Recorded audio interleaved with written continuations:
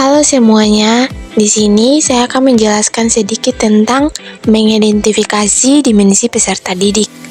Tujuan saya membuat tugas ini yaitu untuk memenuhi mata kuliah perkembangan peserta didik yang disusun oleh saya sendiri, Kristi Rizka Uniwali, NIM 202347014.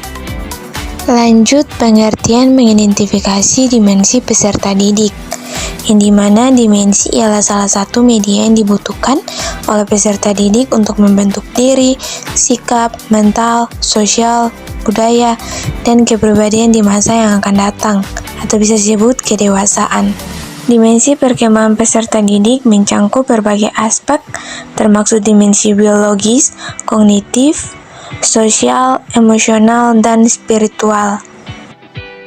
Berikut ada 5 jenis dimensi, yaitu yang pertama dimensi fisik, yang dimana perkembangan fisik individu mencangkup aspek-aspek anatomis dan fisiologis. Perkembangan anatomis berupa perubahan kuantitatif pada struktur tulang, tinggi, dan berat badan, dan lain-lain. Misalnya konstruksi otot-otot, peredaran darah, dan pernafasan, persyarafan sekresi kelenjar, dan pencernaan. Perkembangan keduanya biasa berjalan relatif seirama. Yang kedua, dimensi kognitif.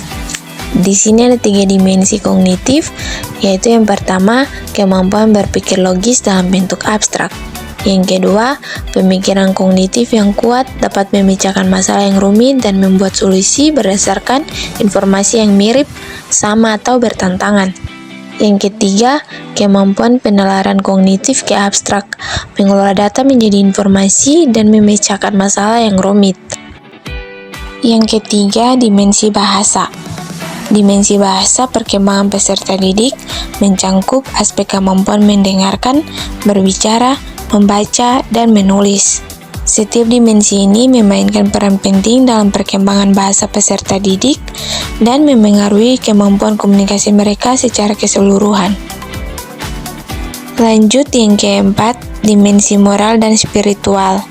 Perkembangan moral peserta didik meliputi dimensi intrapersonal atau bisa disebut nilai dasar dalam diri seseorang dan makna diri, dan dimensi interpersonal atau bisa disebut apa yang seharusnya dilakukan dalam hubungannya dengan orang lain.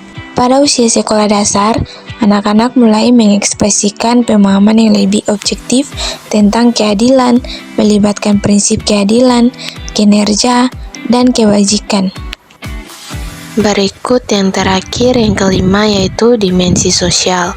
Berkaitan dengan interaksi sosial, perkembangan emosi, serta hubungan peserta didik dengan teman sebaya dan lingkungan.